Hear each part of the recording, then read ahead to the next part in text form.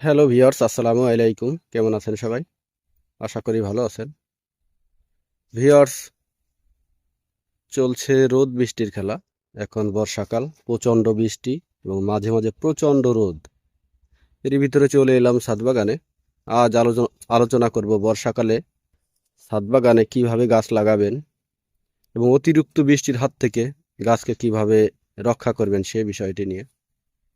তো ভিউয়ার্স, স্ক্রিনে যে গাছটি দেখতে পাচ্ছেন এটি একটি আনার গাছ। এটি এসসিটি ভাগোয়া জাতের আনার। এটি বাংলাদেশের ছাদ বাগানে ও মাঠ বাগানে ব্যাপক পরিমাণ ফলন দিয়ে আসছে।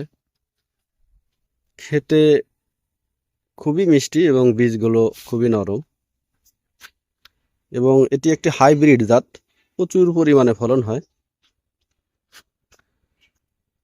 যারা ছাদ বাগানি এবং মাঠ বাগানিরা আছেন তারা জানেন যে এই গাছটি কি পরিমাণে ফলন দেয়। তার কিছু প্রমাণ আমি আপনাদেরকে দেখাবো।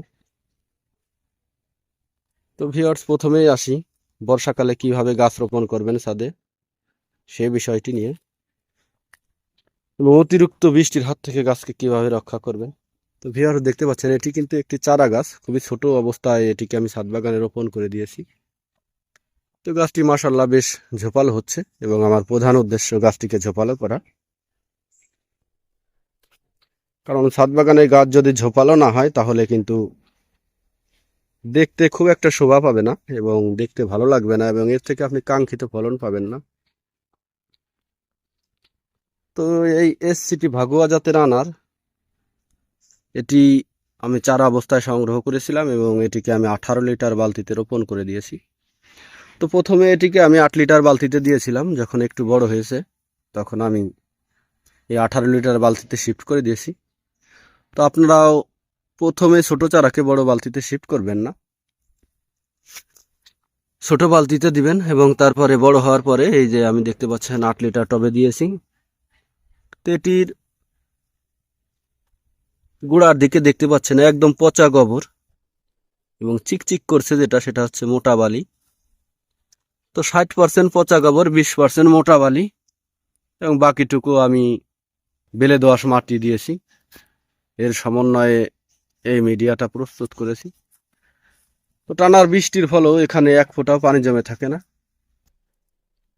দেখতে পাচ্ছেন গাছটির গোড়া কিন্তু একদমই শুকনো। তো আপনারাও এভাবে চেষ্টা করবেন গাছের গোড়া শুকনো রাখার জন্য, কারণ এটিতে যদি অতিরিক্ত পানি জমে যায় তাহলে কিন্তু গাছটি বিভিন্ন রোগে আক্রান্ত হবে এবং মারা যাবে। তো প্রথমে আমি এই 18 লিটার বালতিটার নিচে 7 থেকে 8টি হাফ ইঞ্চি করে সিদ্ধ করে দিয়েছি, এবং 7 থেকে 1 ইট পরিমাণ উঁচু করে দিয়েছি যেন ছাদের সাথে মিশে না যায়। আর ইট দিয়ে উঁচু করার একটাই কারণ, যেন পানির যে ছিদ্রটা আছে পানি নিষ্কাশনের জন্য যে ড্রেনেজ সিস্টেমটা, সেটা যেন স্বাভাবিক থাকে, এবং পানি যেন খুব কোনো প্রকার বাধাপ্রাপ্ত না হয়, খুব সহজেই বেরিয়ে যেতে পারে। ছিদ্র করে আমি 1 ইঞ্চি পরিমাণ মোটা বালি দিয়েছি, যেটা কনস্ট্রাকশন সাইডে থাকে, কনস্ট্রাকশনে কাজ করে। আপনারা চাইলে যে কোনো ধরনের বালি দিতে পারেন, ভরাট বালিও দিতে পারেন। 1 ইঞ্চি পরিমাণ বালু, যেন পানিটি যখন নিচে থেকে নেমে আসবে তখন যেন এখানে কোনো প্রকার বাধাপ্রাপ্ত না হয়, পানিটি যেন নিচে দিয়ে বেরিয়ে যায়। তো বর্ষাকালে এই একটি প্রবলেম, যেটি হচ্ছে অতিরিক্ত পানি জমার কারণে টবের গাছ মারা যায় এবং বিভিন্ন রোগে আক্রান্ত হয়। তো আপনারা যদি এভাবে মোটা বালি, পচা গোবর দিয়ে মিডিয়া প্রস্তুত করেন, সেক্ষেত্রে কিন্তু আপনার এই গাছের গোড়ায় পানি জমে থাকার কোনো চান্স নেই। এবং যদি এই টবের নিচে সঠিকভাবে ছিদ্র করে দেন তাহলে কিন্তু পানি জমে থাকার কোনো চান্স নেই। অতিরিক্ত বৃষ্টির হাত থেকে গাছকে আপনি এভাবেই রক্ষা করতে পারেন। অতিরিক্ত বৃষ্টি যখন হবে গাছের গোড়া নরম হবে, এবং পানি যখন জমে যাবে শিকড় পচে যাবে এবং গাছটি বিভিন্ন রোগে আক্রান্ত হবে। তারপরে এই দেখতে পাচ্ছেন গাছটির গ্রোথও মাশাআল্লাহ খুব সুন্দর। আমি কিন্তু কোনো প্রকার রাসায়নিক সার ওষুধ দিই না, তারপরেও গাছটির গ্রোথ আছে, এবং দেখতে পাচ্ছেন অলরেডি ছোট গাছেই কিন্তু ফুল ও ফল চলে আসছে। তো গাছটি যখন আরও ছোট অবস্থায় ছিল তখনও কিন্তু ফুল ও ফল ছিল, আমি এটাকে ছিঁড়ে দিয়েছি। তো আমি এখনও রাখবো না, এই ফুল ও ফলগুলো আমি ছিঁড়ে দিব, কারণ আমি এই ছোট গাছগুলোতে ফলন নিব না। গাছগুলো যখন আরো বড় হবে তখন ফলন নিব। এবং আনার গাছ কিন্তু খুবই নরম হয়, তাই আপনারা চেষ্টা করবেন যে কোনো একটি কুঠি দিয়ে বেঁধে দেওয়ার জন্য। যদি কুঠি দিয়ে বেঁধে না দেন ডালগুলো কিন্তু এভাবে হেলে যাবে। আর একটা কথা সব সময় মনে রাখবেন, আনার গাছের এই যে যে হেলে পড়া ডাল এইগুলা কিন্তু কখনোই বড় হবে না।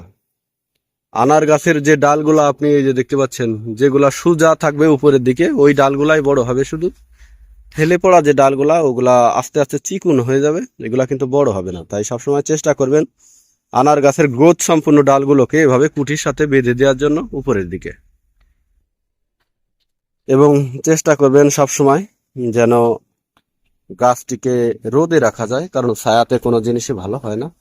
কোনো জিনিস বলতে বেশিরভাগ ছাদ বাগানের এগুলো রোপণ করা যায়, বেশিরভাগ শাক সবজি থেকে শুরু করে ফলের যে গাছগুলো, আপনি কচু তারপর আরো বিভিন্ন অনেক কিছু, এগুলো নিচে হবে এবং ছায়াতে হবে, কিন্তু আনার গাছ বিশেষ করে ছায়াতে হবে না। তাই চেষ্টা করবেন একটু যেন রোদ পায় সেরকম স্থানে রাখার জন্য। তো ভিউয়ার্স, আজ এ পর্যন্তই। পরবর্তী ভিডিও পেতে অবশ্যই চ্যানেলটি সাবস্ক্রাইব করবেন। ধন্যবাদ সবাইকে, ভালো থাকবেন সবাই।